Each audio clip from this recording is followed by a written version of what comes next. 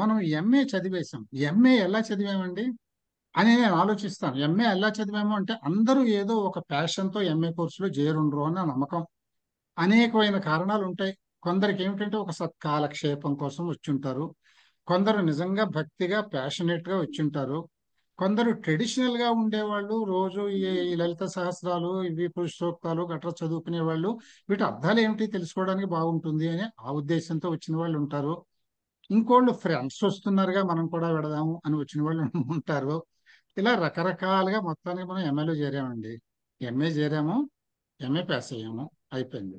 ఇప్పుడు MA pass అయిన తర్వాత having read for 2 years something మనకి డెఫినెట్ గా మనం ఏ పరిస్థితుల్లో ఎందుకోసం చేరినా we'll definitely get a bit of taste of it. ఆ దాని మీద మనకి టేస్ట్ వస్తుంది. వచ్చిన తర్వాత ఒక ఉత్సాహం వస్తుంది. ఏమిటంటే ఇంత ఎంఏ సంస్కృతం చదువుకున్నాం కదా కదా చదువుకొని ఇంకేం చేయాలి, వదిలిపెట్టేయడమేనా, మనం ఇంకేమైనా చేద్దామా, ఇది క్వశ్చన్.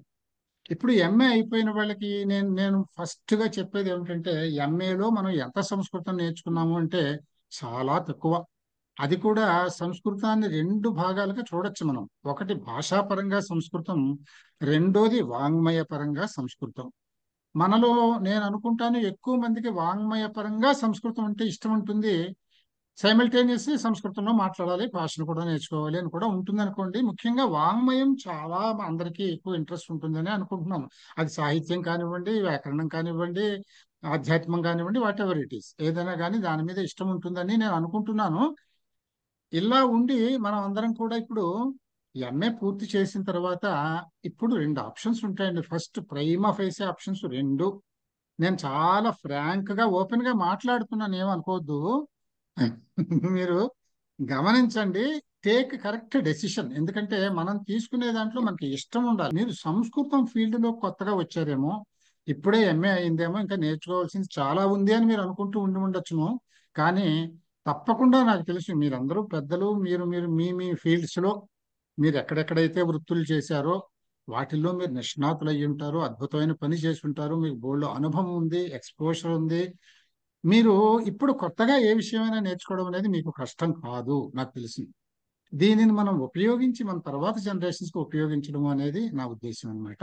ఇంకొకటి గుర్తుపెట్టుకోండి, కొన్ని కొన్ని చెప్తారు దేవుడు వరాలు ఇస్తాడు, దేవుడు కోరికలు తీరుస్తాడు, పూజలు పునస్కారాలు చేస్తే. ఇవన్నీ నేను స్పాన్సర్ చేయనండి. వీటన్నింటినీ నేను రికమెండ్ చేయను. దేవుడు ఎవరికి ఏమీ చెయ్యడండి. దేవుడు ఎందుకు చేస్తాడంటే ఆయనకేం పని లేదా? చేస్తే అందరికీ ఓలాగే చేయాలిగా. మహానుభావుడు అయితే ఒక్కోడు చేయకూడదుగా. అంటే దాని అర్థం ఆయన ఎవరికి ఏమి చెయ్యడు. ఆయన చేసేది ఏమిటి? మీరు మంచి జీవితాన్ని పొందాలి, మీరు మీరు చాలా సక్సెస్ఫుల్ లైఫ్ ను లీడ్ చేసి పరమపదం అందుకోవాలి అనే ఆయన మీకు పరిస్థితులు కల్పిస్తాడు. మీకు ఇచ్చే ప్రకృతి ఇస్తాడు, మీకు ఇచ్చే జన్మని ఇస్తాడు. అంత అది కూడా మీరు చేసుకున్నదే.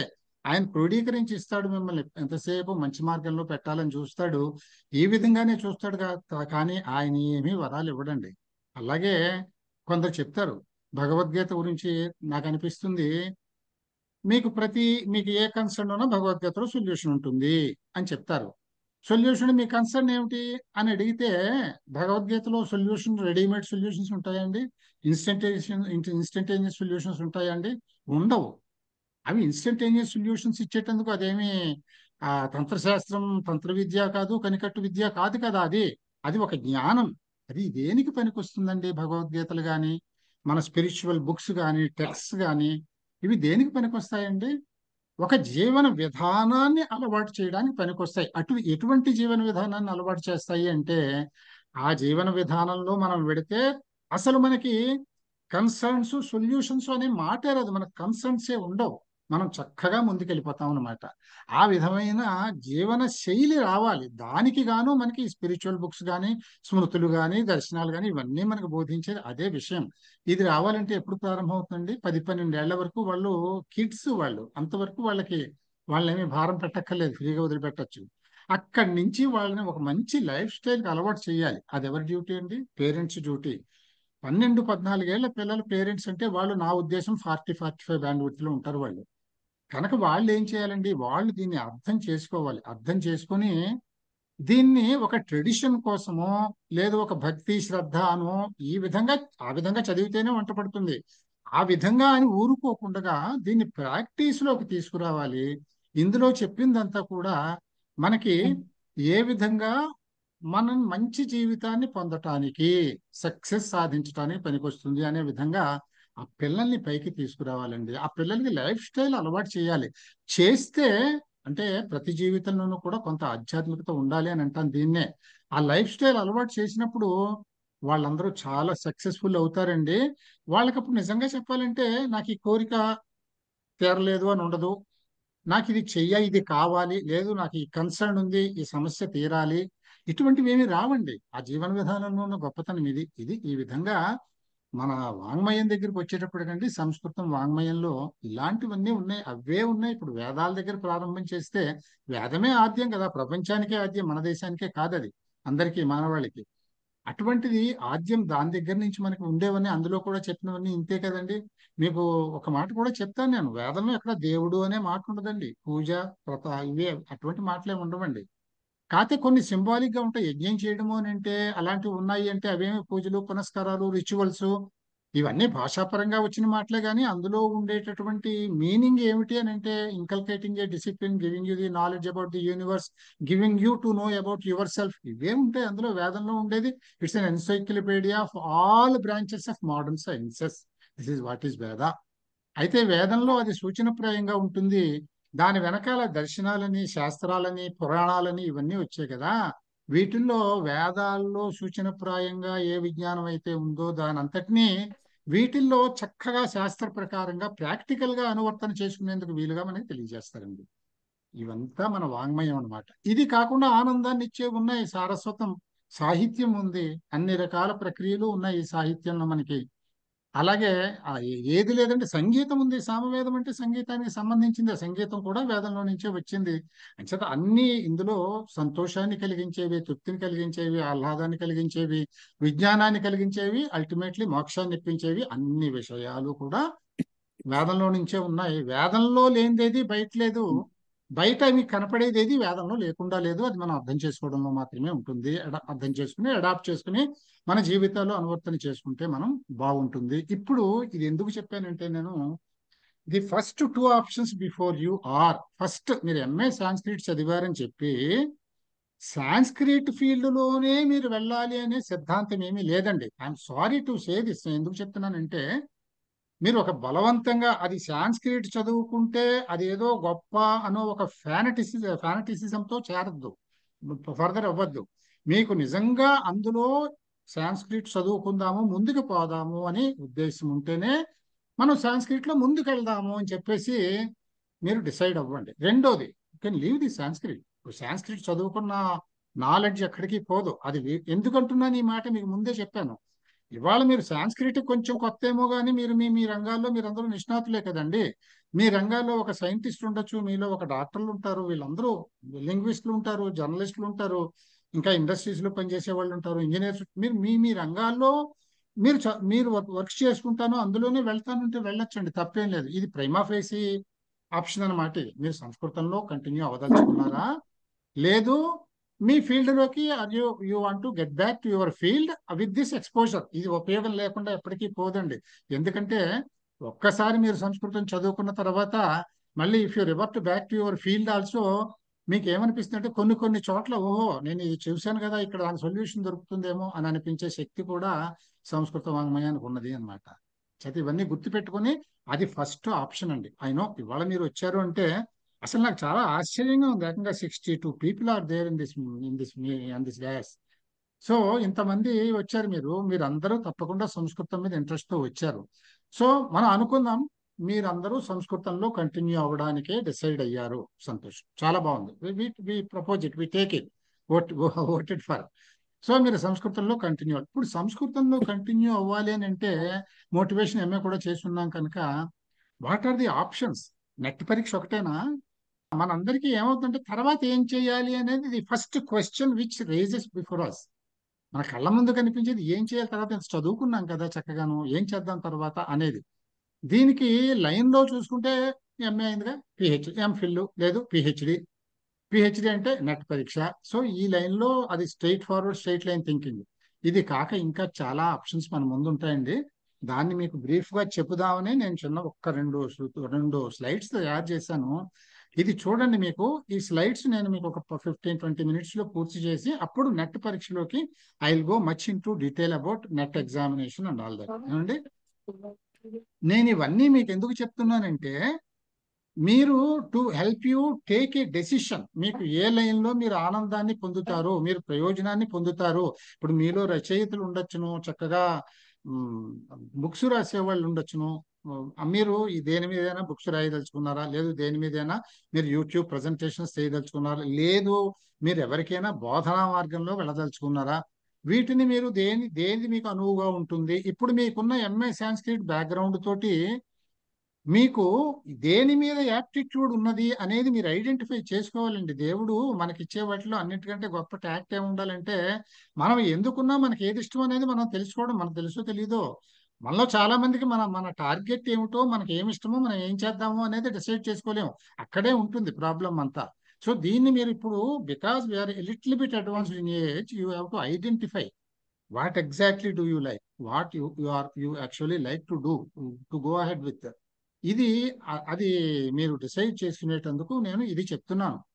ఇప్పుడు సంస్కృతంలోకి వస్తే నేను చెప్పాను కదండి, దీన్ని రెండు భాగాలు అనుకుందాం. ఒకటి భాష. భాష అనగానే బాగా మాట్లాడడం, స్పీచ్లు ఇవ్వడం, ఓరేషను, తర్వాత బుక్స్ రాయటం, గ్రంథాలు రాయటం, కథలు గట్రా రాయటం, ఇవన్నీ ఉపన్యాసాలు ఇవ్వటం, ఇవన్నీ సంస్కృతంలో చేయాలి అనే కోరిక ఉండటం. దానికి స్పోకెన్ సాంస్క్రిట్ నేర్చుకోవాలి, ప్రాక్టీస్ చేయాలి, దాని ఒక ఎన్వైరన్మెంట్ లో ఉండాలి. మెయిన్ ఎన్వైరన్మెంట్ లో ఉంటే ఏ భాష అయినా వస్తుందండి.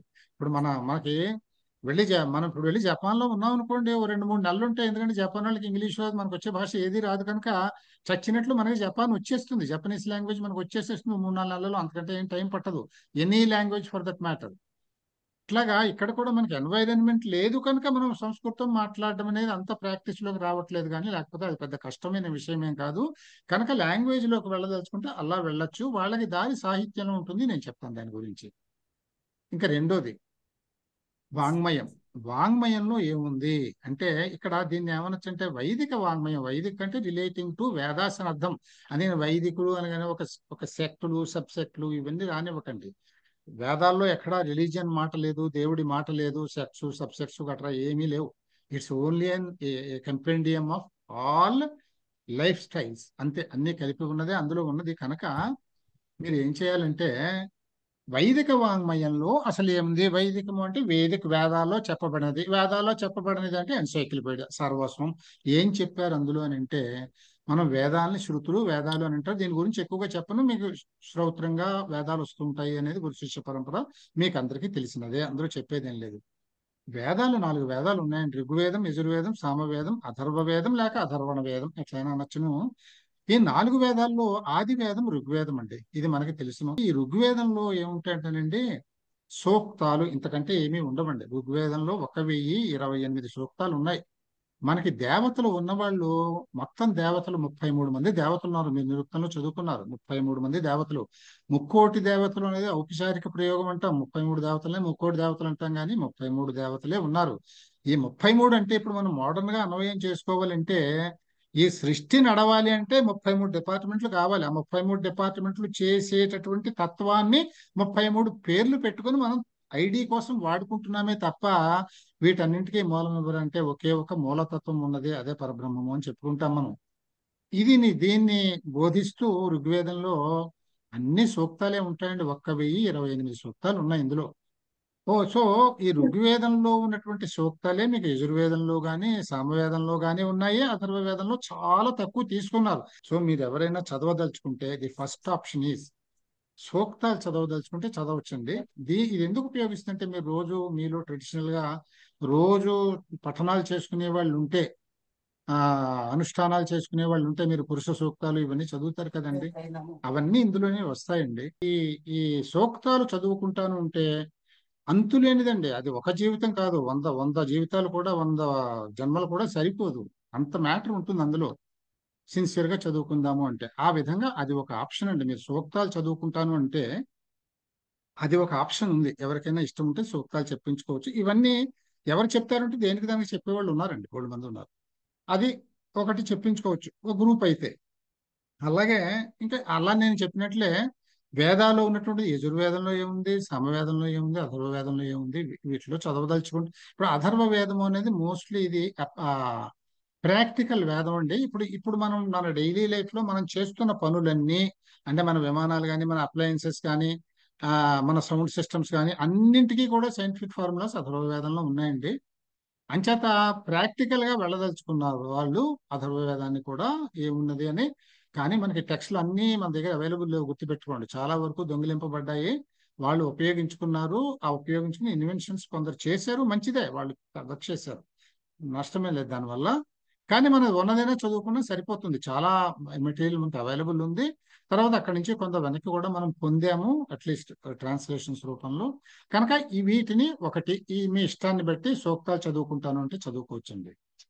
ఇందులో ఇంకొకటి ఏమిటంటే మనకి ప్రతి వేదంలోనూ కూడా 3 రకాలైనటువంటి భాగాలు ఉన్నాయండి. అంటే మెయిన్లీ ఒక రెండే చెప్తారు, కర్మకాండ, జ్ఞానకాండ అని చెప్తాం. ఇది అంటే అన్నింటిలోనూ ఉంటాయండి. ప్రతి 4 వేదాల్లో ప్రతి వేదంలోనూ కూడా కర్మకాండ, జ్ఞానకాండ అంటాం. వేదంలో 4 భాగాలు ఉంటాయండి. మొదటి భాగం సంహిత అని అంటాం. ఆ సంహిత అనేది అపౌరుషేయం అని చెప్పేది, అదే సూక్తాలు ఉండేది, అది సంహితా భాగం.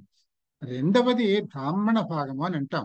ఇది ఏమిటంటే సంహితా భాగంలో ఉన్న మంత్రాల్ని వచన రూపంలో సాధ్యమైనంత వరకు మార్చి మనకి అనుష్ఠానానికి వీలుగా, మనం అనుసంధానించుకునేందుకు వీలుగా ఉండేలాగా చెప్పేవి ఈ బ్రాహ్మణ భాగాలు అన్నమాట. ఈ బ్రాహ్మణ భాగాలు ఋషులు తయారు చేసినవి. అందుకని అపౌరుషేయం అనేది ఒక మొదటి భాగం సంహితా భాగమే అని చెప్పుకోవాలి మనం. పౌరుషేయం అంటే కూడా అర్థం ఎలా వస్తుంది, ఎవరో ఒకళ్ళు చెప్పకుండా చెప్పారు. పౌరుషేయమైన ఈ సూక్తాలు కూడా ఎవరు చెప్పారండి? ప్రతి సూక్తానికి ఒక దేవత, ఒక ఋషి ఉంటారు. ఋషి చెప్పాడు, దేవతని ప్రార్థిస్తూ చెప్పాడు. ఆయనకి ఎలా తెలిసింది అపౌరుషేయం అని అన్నారుగా, మరి ఋషి చెప్పడం ఏమిటి అని అంటే, మనకి పరమాత్ముడు వచ్చి చెప్తారా?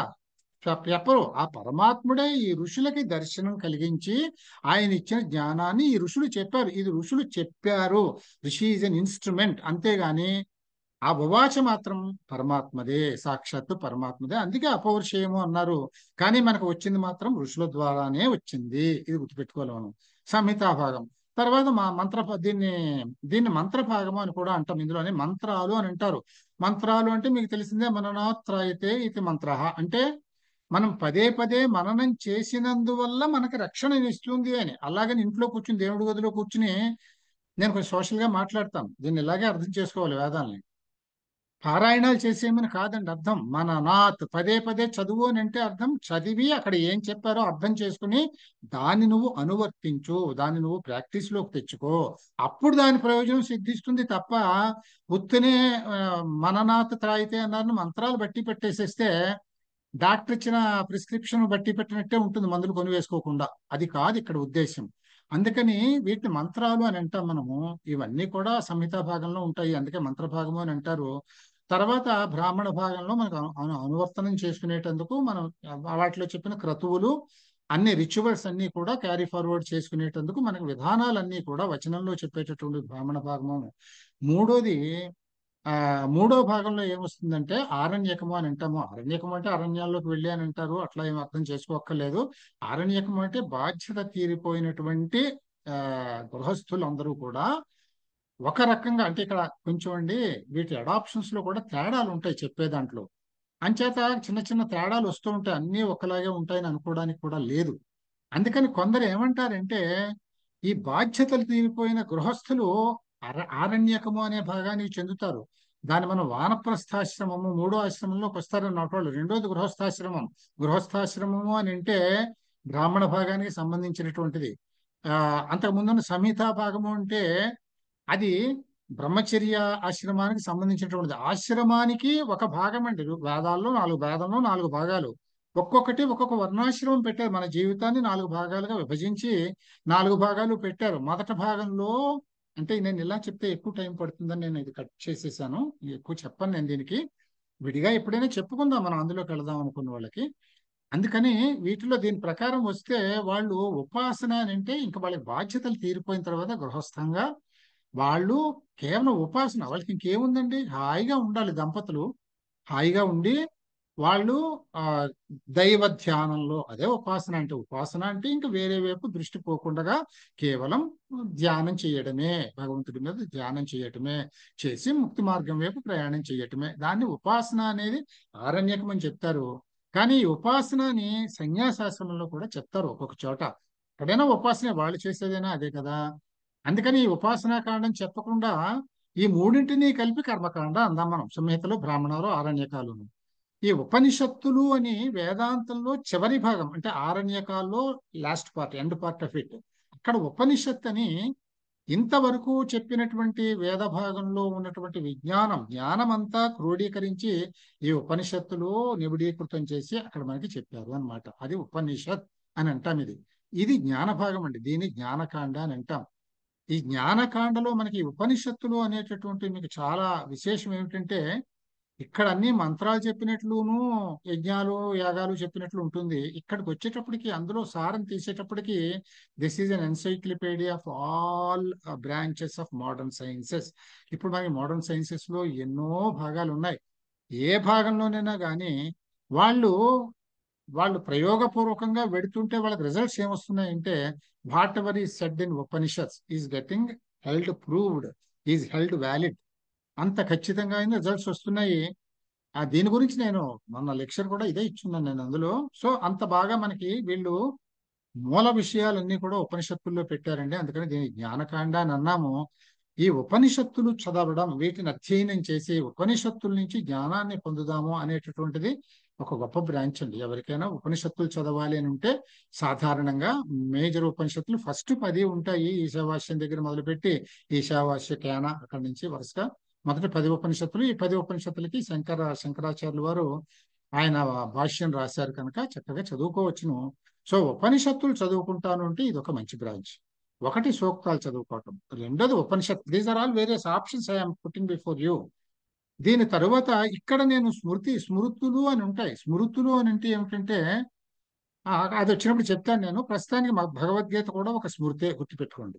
ఎందుకనంటే స్మృతి అని అంటే ఏమిటంటే, వీటిలన్నింటిలోనూ చెప్పినటువంటి సారాన్ని చాలా క్లుప్తీకరించి మనకి చాలా సులభంగా అర్థమయ్యి అనువర్తన చేసుకునేందుకు వీలుగా ఉండేలాగా చెప్పేటటువంటి దానిని స్మృతి అని అంటాం. స్మృతి అంటే గుర్తు తెచ్చుకోవడం, స్మరణకి తెచ్చుకొని చెప్పటము. అంటే పెద్ద పెద్ద గ్రంథాల్లో చెప్పిందంతా గుర్తుండడం కష్టం కదా, అదంతా స్మరణకి చెప్పుకొని కాంపాక్ట్ చేసి కొద్దిగా చెప్పడం. అందుకనే అలా చెప్పబడిందే భగవద్గీత మహాగ్రంథం. అందుకే ప్రపంచం అంతా కూడా భగవద్గీతని ఎవరూ వ్యతిరేకించలేదు. అద్భుత జ్ఞానానిధి అని చెప్పారు దాన్ని. దీన్ని మీరందరూ వినే ఉంటారు, సకల ఉపనిషత్ సారం భగవద్గీత అని అంటాం. అంటే ఇక్కడ ఉన్నటువంటి ఉపనిషత్తులు చాలా ఉన్నాయి. 1008 అని చెప్పారు, తర్వాత 108 చెప్పారు. ఇప్పుడు మనం 10 ఉపనిషత్తులు మేజర్ అని చెప్పుకుంటున్నాం. ఎందుకంటే అవన్నీ మనం చదవలేము, చాలా దొరకటం లేదు కనుక. అసలు చెప్తే వేల కొద్ది ఉపనిషత్తులు కూడా ఉన్నాయి, చాలా ఉన్నాయి. అందులో మనకు తెలియనివి కూడా ఇంకా ఉన్నాయి, దొరకనివి ఉన్నాయి. కనుక ఇవన్నీ ఉన్నాయి కనుక ఈ ఉపనిషత్తులు అన్నింటి సారాన్ని తీసుకొని క్రోడీకరించి భగవద్గీతలో పెట్టేశాడండి. మొత్తం సకలోపనిషత్ సారం భగవద్గీత. దీన్ని స్మృతి అని అంటాం. సో భగవద్గీతనే ఇప్పటికే చాలా మంది ఆ లైన్లో ఉండుంటారని నేను నమ్ముతున్నాను. భగవద్గీతనే అధ్యయనం చెయ్యటం. ఈ అధ్యయనం చేసే విధానంలో మీరు ఎంఏ చదువుకున్న వాళ్ళుగా తేడా ఉండాలి. ఇప్పుడు జస్ట్ గృహిణులుగా ఉండేవాళ్ళు, లేదు ట్రెడిషనల్ గా ఉండేవాళ్ళు, వీళ్ళు ఏమిటంటే శ్లోకాలు పారాయణం చేయటం, భక్తిగా కూర్చోవటం అట్లా చేస్తారు. మంచిది అది. కానీ మనం చదువుకున్న వాళ్ళుగా మనం ఏం చేయాలంటే, ఈ భగవద్గీతలో ఉండేటటువంటి లేటెంట్ మీనింగ్స్ ఏంటి, ఎక్కడ ఏది చెప్పారు, అది ప్రాక్టికల్ గా మన జీవితాలకి ఎలా ఉపయోగపడుతుంది, ఎలా ఉపయోగించుకోవాలి అనేది మనం చెప్పగలగాలండి. ఇది భగవద్గీత. అందుకని ఇక్కడ స్మృతిని సకల ఉపనిషత్ సారం అంటామని ఇక్కడ దీన్ని మెన్షన్ చేశాను. తర్వాత ఇవి కొన్ని ఉన్నాయి. దీని తర్వాత వేదాల కింద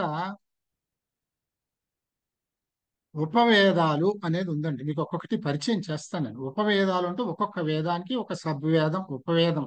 ఉదాహరణకి ఋగ్వేదానికి సంబంధించిన ఉపవేదం ఆయుర్వేదం.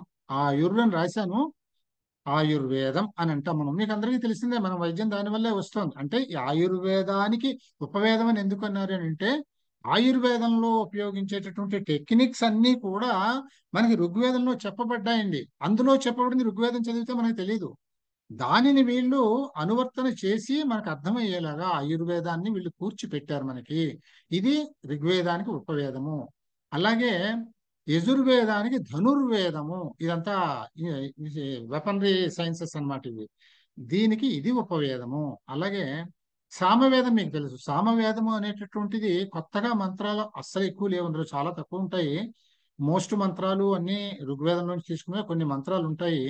అయితే ఋగ్వేదానికి సామవేదానికి తేడా ఏమిటంటే ఋగ్వేదంలో మంత్రాల్ని శృతిపూర్వకంగా, అంటే వాళ్ళు మనకి 3 స్థాయిల్లోనూ వాళ్ళు శృతిపూర్వకంగా ఆ స్వరస్థానాల్ని బట్టి దాన్ని ఆ ఆ రెలవెంట్ ఫ్రీక్వెన్సీస్ ఇచ్చినందువల్ల వచ్చేటటువంటి ఎఫెక్ట్ కోసమని వాటిని మంత్రపఠనం చేస్తారు. వాళ్ళు హోతలు అని అంటాం వాళ్ళని మనం. వాళ్ళు ఆ మంత్రపఠనం చేస్తారు, ఆ ఋగ్వేద విద్వాంసులు వాళ్ళు, పండితులు వాళ్ళు. అదే మీకు సంగీత ప్రాధాన్యం అవుతాయి. అవే మంత్రాలు సంగీత ప్రాధాన్యంగా సామవేదంలో చదువుతారు. దేవతలు సాధారణంగా మీకు తెలుసును కదండి, దేవతలు దేనికి వస్తారండి? సుఖపడ్డానికే వస్తారు. భోగులు కదా దేవతలు అంటేను. అందుకని వాళ్ళు భోగ జీవులు కనుక దేవతలు అనేవాళ్ళు, వాళ్ళకి సంగీతం చాలా ఇష్టం వాళ్ళకి. వాళ్ళ కోసమని చెప్పేసి సామవేదం వెలిసింది. నిజం చెప్పాలంటే ఎక్కడ యజ్ఞం చేసినా ఒక సామవేదాన్ని గానం చేసే ఆయన లేకపోతే అసలు ఆ వేదానికి, ఆ యజ్ఞానికి ఫలితమే దక్కదు అని చెప్తారు. అంచేత సామగానం అక్కడ తప్పకుండా జరుగుతుంది. అందులో నుంచి సంగీతం వచ్చింది కనుక సంగీతానికి సంబంధించిన శాస్త్రం గంధర్వ శాస్త్రం, గంధర్వగానం అంటాంగా. అందుకని దీన్ని గంధర్వ శాస్త్రము అని అన్నారు. గంధర్వ ఉపవేదము అన్నమాట, గంధర్వ వేదము. ఇంకా నాలుగోది చెప్పానుగా, ప్రాక్టికల్ గా ఉంటుంది అథర్వణ వేదం అనేది. ఆ ప్రాక్టికల్ గా వచ్చేవన్నీ కూడా శిల్పం, ఆర్ట్స్ అండ్ సైన్సెస్ అన్నమాట. దాన్ని శిల్ప వేదము లేక స్థపత్య వేదం అంటాం. స్థపత్యము అంటే ఇంజనీరింగ్ అని అర్థం, అంతకంటే ఏం లేదు. అది ఇంజనీరింగ్, శిల్పము అంటే ఆర్ట్, వాట్ ఎవర్, వీటికి సంబంధించినటువంటిది అథర్వణ వేదము. ఈ రకంగా చెప్పారండి. ఇప్పుడు కొందరు ఏం చేస్తారంటే, మనకి ఎంఏ సాంస్క్రిట్ చదువుకున్న తర్వాత ఆయుర్వేదం చదువుకోవచ్చండి. సాంస్క్రిట్ అకాడమీలో కూడా ఫౌండేషన్ కోర్స్ చెప్తున్నారు వాళ్ళు. ఆయుర్వేదం చదువుకోవచ్చు. ధనుర్వేదం ప్రాక్టికల్ గా మనం చదవం. ఈ గంధర్వ వేదం అంటే మ్యూజిక్ నేర్చుకునే వాళ్ళు నేర్చుకుంటూనే ఉంటారు, నేర్చుకోవచ్చు తప్ప ఇది సామవేదం నేర్చుకోవడం అనేది ఇప్పుడు నేర్పే వాళ్ళు లేరు. ముఖ్యంగా దక్షిణ భారతంలో అసలు దొరకరు. కొద్దిమంది ఉత్తర భారతంలో దొరుకుతారు. అది జరిగే పని కాదు కనుక ఇది మన రీచ్ లో ఉండే ప్రాక్టీసెస్ కాదు ఇవి. ఈ శిల్ప స్థపత్య కూడా మనకు అక్కర్లేదు. మనకి ఇందులో ఆయుర్వేదానికి వెళ్ళదలుచుకున్న ఆయుర్వేదంలో ఏదన్నా స్టడీస్ చేసుకుంటామంటే చేసుకోవచ్చండి. ఇది ఒకటి ఉంది. సో ఇది ఉపవేదాలు. నెక్స్ట్ వేదాంగాలండి. ఈ వేదాంగాలు అనేవి కేవలం శిక్ష, ఛందస్సు, వ్యాకరణం, నిరుక్తం, జ్యోతిషం తథా కల్పం. ఈ ఆ 6 వేదాంగాలు అంటే ఒక ఒక పురుషుడికి, అంటే పురుషుడు అంటే ఒక మనుష్యుడు అని అర్థం, మొగాడు అని కాదు. ఒక పురుషుడికి ఏవైతే అంగాలు ఉన్నాయో ఒక జీవితం గడిచేటందుకు, అలాగే ఈ వేదం ఈ అంగాల మూలంగానే ముందుకు పోతుంది అని అంటే, ఈ అంగాలనే కంత స్పెసిఫై చేయకపోతే వేదాలు రూపసిద్ధి చెడిపోయి అసలు వాటి రూపమే వక్రమైపోయి వేదాలకి మనుగడ లేకుండా పోతాయి, సమస్య పోతాయి. అలా పోకుండా ఉండేందుకు వీటిని ఏర్పాటు చేశారండి. బ్రీఫ్ గా చెప్పాలంటే ఈ శిక్ష, ఛందస్సు, వ్యాకరణం, ఈ 3 అనేటటువంటివి వేదం యొక్క రూపాన్ని నిలబెట్టేటందుకు ఈ 3 వేదాంగాలు తయారు చేశారు. ఈ నిరుక్తం, జ్యోతిషం, కల్పం అనే మూడును ఈ ఈ వేదాల్లో చెప్పిన విషయాలు మనకి అర్థం చేసుకుని మనం అనువర్తన చేసుకునేందుకు, మనం ప్రయోజనం పొందేటందుకు ఈ 3 వేదాంగాలు చెప్పారండి. సో ఈ 6 వేదాంగాల్లో 3 వేద పరిరక్షకాలు అని అంటాం వీటిని. వేద రూప పరిరక్షకాలు. ఈ 3 కూడా మనకి వేద ఉపకారకాలు, మనం ఉపయోగించుకునేటందుకు వీలుగా ఉంది. ఈ రకంగా చెప్పారు.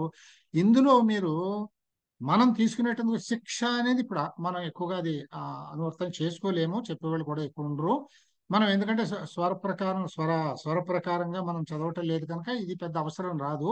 ఛందస్సు అండి. మీలో ఎవరైనా పొయిటరీ రాయాలి, పద్యాలు రాయాలి అనుకునే వాళ్ళు ఉంటే ఛందస్సులో కృషి చేయొచ్చండి, బాగుంటుంది. ఇంకా వ్యాకరణం గురించి నేను చెప్పేది ఏముంది, ఇప్పుడు నడిచేది అయితే మీరు కోవిద చేసిన వాళ్ళే చాలా మంది ఉంటారు. మీరు ఎక్కడ ఈ సంస్కృత భారతి ఎక్కడ కోర్సులకు వెళ్ళినా కానీ మోస్ట్లీ వ్యాకరణం మీద ఫోకస్ ఉంటుంది. అంటే వ్యాకరణాన్ని చదవచ్చండి. నిరుక్తం చదవచ్చు కానీ ఇది ఒక స్పెషలైజ్డ్ సబ్జెక్టు. మనం మామూలుగా మన ఎంఏ బ్యాక్గ్రౌండ్ తో ఇది చదవడం కష్టం అవుతుంది, చెప్పే పండితులు కూడా దొరకరు. మళ్ళీ జ్యోతిషానికి కోర్సులు ఉన్నాయండి. సంస్కృతం చదువుకున్న తర్వాత జ్యోతిషాన్ని మనం నేర్చుకుందాం అనుకుంటే అటు వెళ్ళొచ్చండి. కల్పం అనేది మనం రోజు ఉపయోగించుకుని, ఇందులో ప్రత్యేకించి స్టడీ చేసేది ఏమీ లేదు. వినాయక వ్రత కల్పం, శ్రావణ మంగళ గౌరి వ్రత కల్పాలు, అవే కల్పాలు అంటే అట్లా అని చెప్పినా అనుకోండి. అయితే కల్పాల్లో సూత్రాలు ఉంటాయి. అందులో రకరకాల సూత్రాలు ఉన్నాయి. ధర్మ సూత్రాలు, గృహ సూత్రాలు, ఇట్లా ఉన్నాయి 4 రకాల సూత్రాలు. అవన్నీ అంతా మనం రెగ్యులర్ గా నేర్చుకునేటందుకు వీటిల్లో ఛందస్సు, వ్యాకరణం, జ్యోతిషం, ఈ మూడింటిలో మీకు ఏమైనా యాప్టిట్యూడ్ ఉందా మీరు చెక్ చేసుకోవచ్చు మిమ్మల్ని మీరు. తర్వాత దర్శనాలండి. ఈ దర్శనాలు అనేది అసలైనటువంటి జ్ఞానం ఇదండి. ఈ వేదాల్లో చెప్పినటువంటి జ్ఞానం అంతా దర్శనాల్లోనే ఉన్న. దర్శనము అని అంటేనే చాలా రకాలుగా దాని వ్యుత్పత్తార్థం చెప్పుకోవచ్చు. మనం నిరుక్తము అంటాం, వ్యుత్పత్తార్థము అంటే నిరుక్తం చాలా రకాలుగా చెప్పుకోవచ్చు. దర్శించి చెప్పేది దర్శనము. మహానుభావులు దర్శించారు, వాళ్ళే మనకు ఋషులు చెప్పారు కనుక అవి దర్శనాలు అని అనొచ్చు. ఈ దర్శనాలు అనేదండి ఇందులో ఉందండి. అసలు మన విజ్ఞానం అంతా కూడా ఈ దర్శనాల్లో ఉన్నది అని అనమాట. దర్శనాలు షడ్ దర్శనాలు అంటాము, ఇవన్నీ కూడా ఆస్తిక దర్శనాలు అని అంటాము. కాకపోతే ఒక మూడు ముఖ్యమైన నాస్తిక దర్శనాలు కూడా ఉన్నాయి: చార్వాకం, బౌద్ధం అండ్ జైనం. ఆ ఇవి కూడా అర్హత దర్శనం, ఆ మూడు అవి కూడా ఉన్నాయి. అవి కూడా చదువుకోవచ్చును ఇంట్రెస్ట్ ఉంటే. బౌద్ధం చాలా మందికి ఇంట్రెస్ట్ కూడా ఉంటుంది, అది చేయొచ్చును. తర్వాత ఈ ఆరు దర్శనాలని సాధారణంగా మూడు జంటల కింద చెప్తాం మనం. వైశేషిక న్యాయ ఒక పేరు, సాంఖ్య యోగ ఒక పేరు, మీమాంస వేదాంత ఒక పేరు. ఎందుకంటే వైశేషికము న్యాయము అనేవి రెండు కూడా మెటీరియల్ సైన్సెస్ అన్నమాట. ఇవి ఆ మనకి పదార్థ విశ్లేషణ చేసేటటువంటి శాస్త్రాలు దగ్గరగా ఉన్నాయి కనుక ఈ రెండిని ఒక జంటగా చెప్తాము.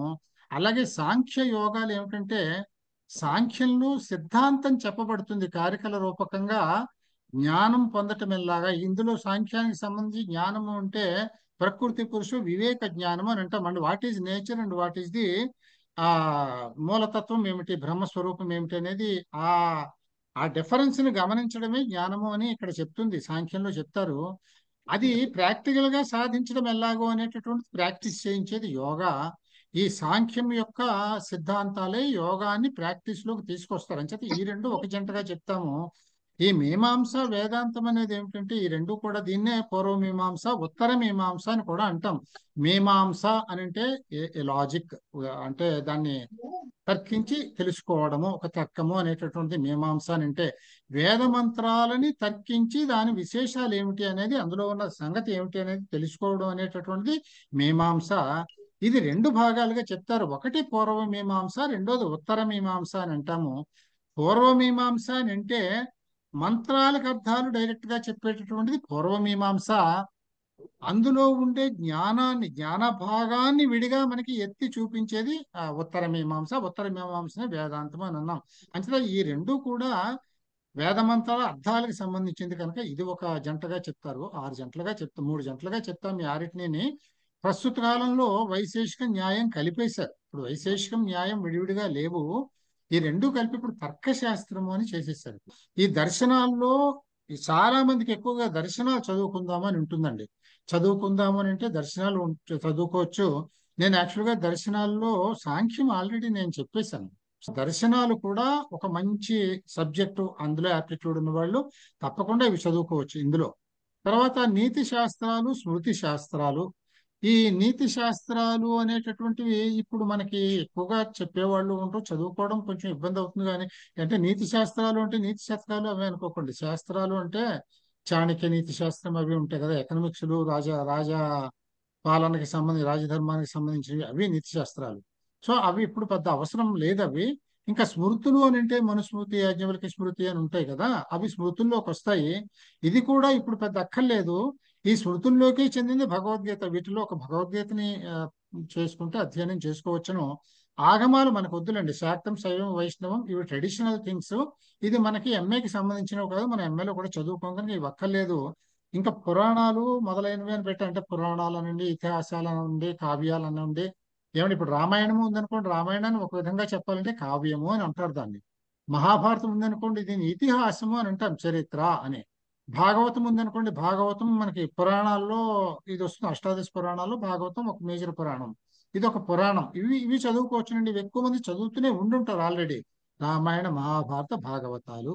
ఇదండి ఈ రకంగా. ఇందులో మీరు ఇక్కడ పూర్వ మీమాంస అని అంటే కొంచెం అది మనం చదువుకోవడం ఇబ్బంది అవుతుంది. కానీ ఉత్తర మీమాంస అని అంటే మళ్ళీ వేదాంతం అంటే అది ఉపనిషత్తుల్లోకి వస్తుంది. ఇది ఎక్కువగా చదువుకుంటారు. ఈ దర్శనాలు చదువుకోవచ్చండి, బాగుంటాయి. ఈ దర్శనాలు ఒకటి అధ్యయనం చేసుకునేందుకు ఒక యాప్టిట్యూడ్ పికప్ చేస్తే చాలా బాగుంటాయి. ఇక్కడ శిక్ష అక్కర్లేదు. ఛందస్సు, వ్యాకరణం, జ్యోతిషం ఇక్కడ ఆప్షన్స్ ఉంటాయి మీకు. ఇక్కడ ఆయుర్వేదం ఒకటి మీకు మంచిగా ఆప్షన్ ఉంటుంది. ఇంతే ఇందులో. ఇంకా తర్వాత ఇంకా మనకు వాంగ్మయంలో ఏముందంటే, ఇప్పుడు ఎంతవరకు చెప్పుకున్నది చెప్పాను వైదిక వాంగ్మయం. ఇప్పుడు నౌ కమింగ్ టు లౌకిక వాంగ్మయం అందాం. లౌకిక వాంగ్మయంలో కొందరికి నాకు ఈ ఆధ్యాత్మికం సబ్జెక్టులు వద్దు అంటారు. ఆధ్యాత్మికము అనగానే అది ఏదో అనుకుంటారు, కానీ అది సైన్సే, మోడర్నే. అది అంటే లేటెంట్ సైన్స్ అనమాట అది. దా అది దర్శనాలతో కలిపి, దర్శనాల తర్వాత శాస్త్రాలతో కలిపి, దాని తర్వాత కొన్ని కొన్ని గ్రంథాలు ఉన్నాయి, అముద్రితాలు కూడా ఉన్నాయి. అవి చూస్తే అది వస్తుంది. ఓకే, ఎనీహౌ అది వద్దు, నేను లౌకికంలో నేను సంతోషపడతాను అని అంటే మహాకావ్యాలు, కావ్యాలు ఉన్నాయి, కావ్యాలు చాలా ఉంటాయి. ముఖ్యమైన మహాకావ్యాలను నేను ఉత్తిన కొన్ని మాత్రమే ఇక్కడ ఉదహరించానండి. రఘువంశం, కుమార సంభవం, కిరాతార్జునం, శిశుపాలవధం, నరసింహ చరితం. ట్రెడిషనల్ గా ఏం చెప్తారంటేనండి, ఎవరైనా కానీ సంస్కృత అధ్యయనం ప్రారంభం చేసేవాళ్ళు రఘువంశంతో ప్రారంభం చేయాలి అని చెప్తారండి. ఇది ఒక ట్రెడిషన్ గా వస్తుంది సంస్కృతం వింగులో. కనుక మీరు రఘువంశాన్ని చక్కగా చెప్పేవాళ్ళు ఎవరైనా చెప్తారు, వాణి మేడం వాళ్ళు చెప్తారు, మన నాయుడు గారు కూడా రఘువంశం చక్కగా స్టడీ చేశారు, ఆయన ఆయన కూడా చెప్పగలరు. సో రఘువంశం చెప్పుకోవచ్చు, వీటిల్లో ఏదైనా చెప్పుకోవచ్చు. ఎక్కువగా రఘువంశం చెప్పుకుంటారు, కిరాతార్జునీయం చెప్పుకుంటారు, శిశుపాలవధం చెప్పుకుంటారు, కుమార సంభవం. నైషధీయ చరిత్రం ఎక్కువగా చెప్పుకోము, ఎందుకంటే అది టఫ్ కంపోజిషన్ కనుక. ఈ 4 చెప్పుకోవచ్చు, అన్ని బాగానే ఉంటాయి. ఇది ఎవరికైనా ఈ విందులో మీకు ఇంట్రెస్ట్ ఉందేమో, ఇవన్నీ మీరు చెక్ చేసుకోండి. ఇది ఎవరికి వాళ్ళు చెక్ చేసుకోవాలి, నాకు ఎక్కడ ఇంట్రెస్ట్ ఉంది అనేది, అందులోకి వెళ్ళగలుగుతారు అని.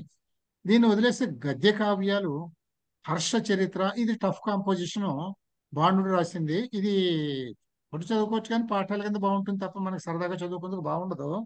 కాదంబరి చాలా బాగుంటుందండి, ఎక్సలెంట్ నావెల్, సినిమా కూడా వచ్చింది ఇది. ఏ దశకుమార చరిత్రం దండి రాసింది, ఇది కూడా చాలా మంచి కథ. వాసవదత్తం నేను చెప్పక్కర్లేదు కదా, ఇది అందరికీ తెలిసిన కథ. ఈ 3 కూడా చెప్పుకోవచ్చండి.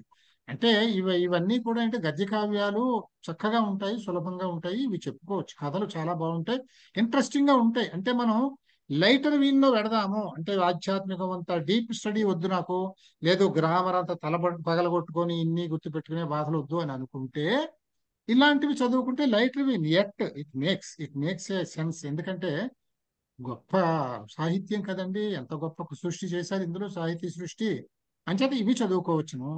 చెంపు కావ్యాలు సాధారణంగా ఎక్కువగా ఎవరు చదవరు, కొంచెం టఫ్ కాంపోజిషన్స్ ఉంటాయి, ఇప్పుడు చెప్పేవాళ్ళు కూడా ఉండరు, అవసరం లేదు. నల చెంపువు అనేది ఉన్నది, మీరు చదువుతారు, పాఠ్యభాగంగా మీరు చదివారు. ఈ యశస్తిలక చెంపు అంటే జైనిజంకి సంబంధించినటువంటిది. ఈ రామాయణ చెంపు, భారత చెంపు అంత పాపులర్ కాలేదు, కానీ ముఖ్యమైనటువంటి చెంపు కావ్యాల్లో ఉన్నాయి. అలాగే మీరు రూపకాలకు వస్తే భాసుడు ఆద్యుడు ఆయన. సో భాస నాటక చక్రం అని ఆయన ఒక 13 రూపకాలు రాశాడు. ఈ 13 రూపకాల్లో ఎలా ఉన్నాయంటే రామాయణం బేస్ చేసుకుని కొన్ని, భారతం బేస్ చేసుకుని కొన్ని, హరవిలాసం బేస్ చేసుకుని కొన్ని, తర్వాత లౌకిక కథల్ని బేస్ చేసుకుని కొన్ని, బృహత్ కథని బేస్ చేసుకుని కొన్ని, 13 నాటకాలు రాశారండి ఈయన. అంటే నాటకాలు అనకూడదు, రూపకాలు అనాలి. ఎందుకంటే ఇందులో నాటకాలు కొన్ని ప్రకరణాలు ఉంటాయి, కొన్ని ప్రహసనాలు ఉంటాయి, ఇట్లా అన్ని. ఆ దశ రూపకాలను చదువుకున్నారు కదా మీరు, దశ రూపకాల్లో అన్నీ ఇందులో మీకు దొరుకుతాయి, అన్నీ ఇందులో మీకు దొరుకుతాయి అన్నమాట. ఈ భాషుడి 13 నాటకాలు చిన్న చిన్న ఉంటాయి, చాలా బాగుంటాయి, ఇవి చదువుకోవచ్చు. ఇంకా కాళిదాసు దగ్గరికి వచ్చేప్పుడు డ్రామాస్ ఏమున్నాయి మీకు చెప్పేది ఉంది, మాళవికాగ్నిమిత్రం, విక్రమార్జునం, శాకుంతలం. ఇందులో శాకుంతలం అన్నీ మనం చదవలేం కనుక ఇందులో శాకుంతలాన్ని మార్క్ చేసుకోవచ్చండి. ఇక్కడ రఘువంశం, కిరాతార్జునీయం మార్క్ చేసుకోవచ్చండి. ఇక్కడ శాకుంతలం మార్క్ చేసుకోవచ్చండి. ఇక్కడ హర్షుడు దాంట్లో, శ్రీహర్షుడు దాంట్లో రత్నావళిని మార్పు చేసుకోవచ్చండి, చాలా బాగుంటాయి. భవభూతి దాంట్లో ఉత్తర రామచరితం మార్పు చేసుకోవచ్చండి. మీకు ఇంట్రెస్ట్ ఉంటే ఇది చెప్పుకుందాము అనుకుంటే ఇవన్నీ మీకు ఆప్షన్స్ ఉన్నాయండి. సరే, మీకు ఉదాహరించాలి కనుక లౌకిక వాంగ్మయంలో వేరు వేరు ప్రక్రియలు, కథాకావ్యాలు, లఘు కావ్యాలు, నీతి కావ్యాలు, స్తోత్ర కావ్యాలు, ఇంకా చాలా ఉన్నాయి. ఇందులోకి వస్తే మీరు ఆ ఈ కథాకావ్యంలో బృహత్కథి, వేతాళ పంచవింశతి, సుఖసప్తతి, పంచతంత్రం, హితోపదేశం, ఇవన్నీ మీకు తెలిసినవే. ఇది చెప్పుకునేవి కాదు, చిన్న చిన్న శ్లోకాలు ఉంటాయి, మీకు మీరు చదివేసుకోవచ్చు. లఘు కావ్యాల్లో నుండి ఖండకావ్యము లేక లఘు కావ్యము అని అంటాం దీన్ని. ఈ ప్రత్యేకించి మేఘ సందేశము ఒక ప్రయోగం, ఫస్ట్ చేసిన ప్రయోగం కాళిదాసు, మేఘం ద్వారా సందేశం పంపించడం. అంచేత దీనికి సందేశ కావ్యము అనే ప్రత్యేకమైన నామకలేచర్ ఉంది దీనికి. అంచేత ఈ మేఘ సందేశం ఒకటి ఎక్సలెంట్ గా ఉంటుందండి చదువుకునేటందుకు. ఇంకా నీతి కావ్యాలకు వస్తే భర్తృహరి, ఇది అకాడమీ వాళ్ళు ఇంత పెద్ద పుస్తకం కూడా వేశారు దీన్ని.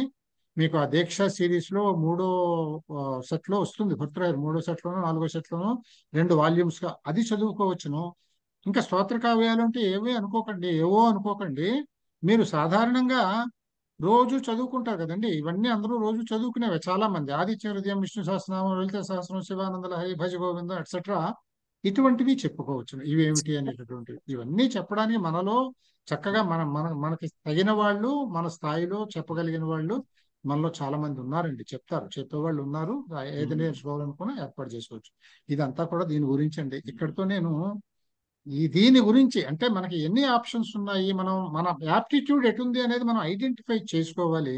చేసుకున్న తర్వాత మీరు ఒక పర్టికులర్ లైన్లో స్పెషలైజేషన్లోకి వెళ్తాను, లేదో క్షుణ్ణంగా తెలుసుకుని సంతోషపడతాను అని అనుకుంటే ఈ లైన్స్లోకి వెళ్ళొచ్చండి. వీటిలో మీకు ఏది ఇష్టమైతే అది చూస్ చేసుకోవచ్చు. These are all the options, basic options. ఈ ఈ జర్నీ కంటిన్యూ చేద్దామా, లేదు revert back to our patent line అనేది మొదటి ఆప్షన్.